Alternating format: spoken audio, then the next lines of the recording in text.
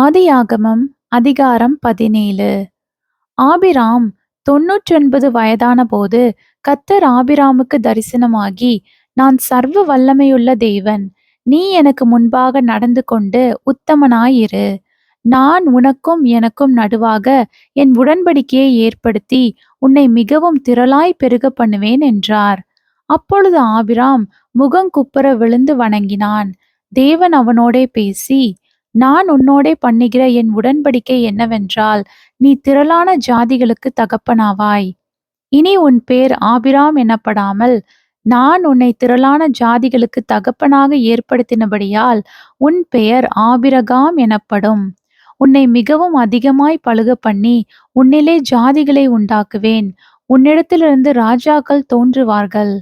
உனக்கும் உனக்கு பின்வரும் உன் சந்ததிக்கும் நான் தேவனாயிருக்கும்படி எனக்கும் உனக்கும் உனக்குப் பின் தலைமுறை தலைமுறையாக வரும் உன் சந்ததிக்கும் நடுவே என் உடன்படிக்கையை நித்திய உடன்படிக்கையாக ஸ்தாபிப்பேன்.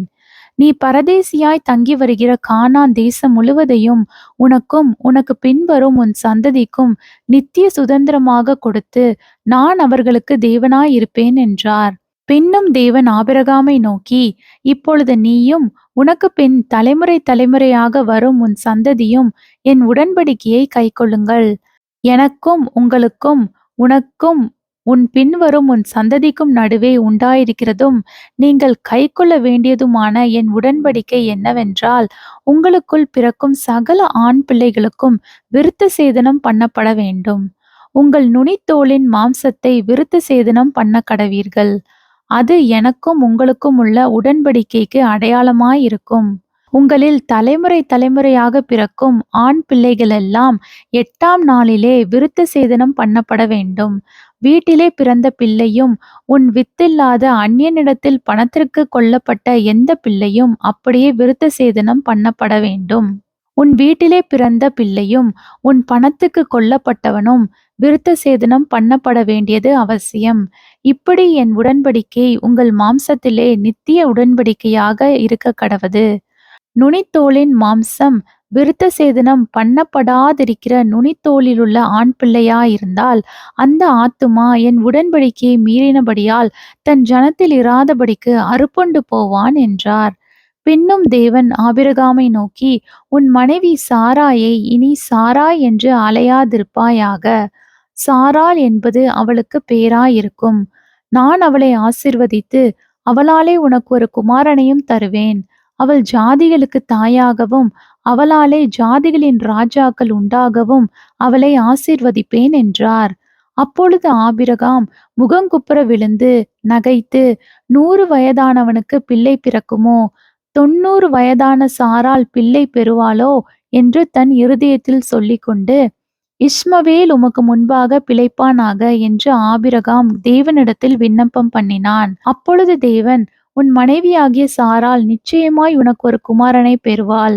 அவனுக்கு ஈசாக்கு என்று பெயரிடுவாயாக.